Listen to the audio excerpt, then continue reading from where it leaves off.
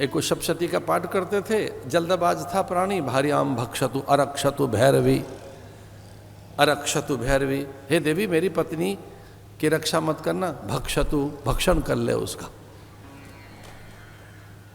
भार्याम भक्षतु अरक्षतु भैरवी।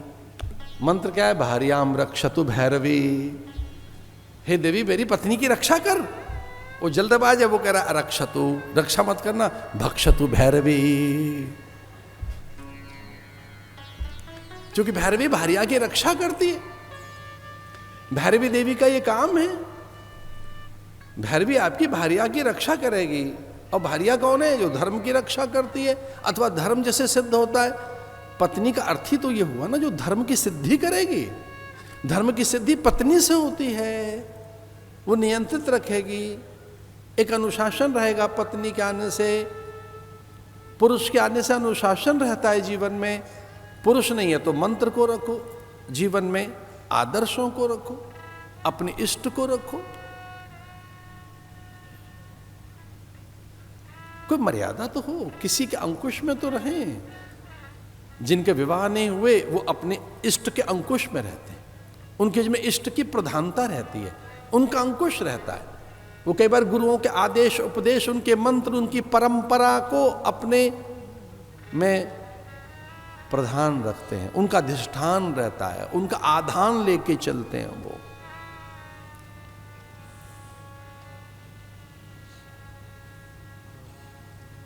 देवी प्रकट हुई और उसने कहा तू यही तो मांगता था, मैंने कर दिया। इसे मंत्र ठीक बोलो।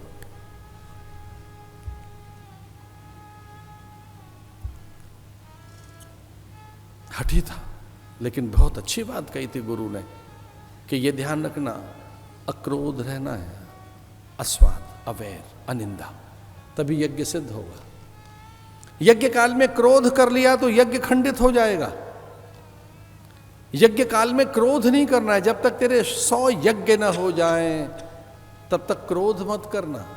अब क्रोध कब आता है? कामना से। तो कामना शून्य मन बना दिया गुरुदेव ने। अकाम, अनिंदा, निंदा नहीं करनी है, अवैर, वैर नहीं रखना है, अस्वाद, स्वाद नहीं।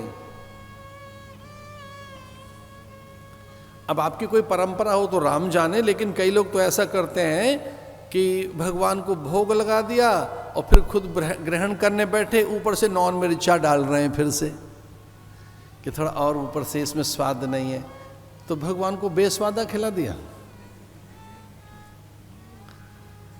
अपने लिए स्वाद।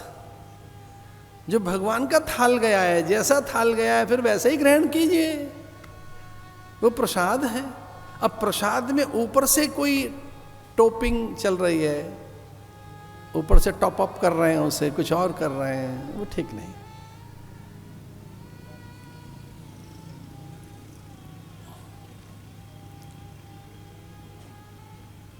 यज्ञ सिखाया भगवान गुरुदेव ने। यज्ञ यज धातु से बनता है और यज्ञ का पहला अर्थ है दान। विद्या दान, ज्ञान दान, विचार दान, अन्न दान, धन दान, भूमि दान, सहयोग का दान। दान करते आप खड़े हैं दूसरे के हित के लिए। इसमें थोड़ा सा मुझे एक साहसपूर्वक एक बात कहना था, एक कहनी थी, दान का कोई अधिकारी होता है, दया का नहीं, सहायता का नहीं। तो मुझे थोड़ा सा अवसर दीजिए कि मैं इसे थोड़ा सा परिभाषित कर सकूं। चैरिटी इज नॉट दान, डोनेशन इज नॉट दान। ये डोनेशन कुछ और चीज है, चैरिटी कुछ और है, हेल्प कुछ और है। दान का कोई एक अधिकारी होता है जो दीन है, दरिद्र है, उपेक्षित है, अभावग्रसित है, उसकी सहायता करिए और सब कुछ दे दो उसे। दरिद्र को, दीन को, अभावग्रसित को, पीड़ित को, प्रताड़ित को, अंत्यज को, जो साधनहीन है,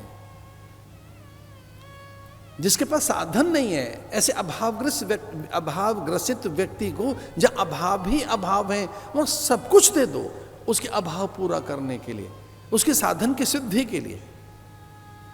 लेकिन ध्यान रहे, दान तो एक ही चीज का नाम है, और उसका नाम है विद्यादान, ज्ञान दान। अरे विचार दो कुछ हित में, और ये दान भी है तो उसका कोई अधिकारी है, पुरोहित है उसका अधिकारी, या कब है उसका कौन अधिकारी।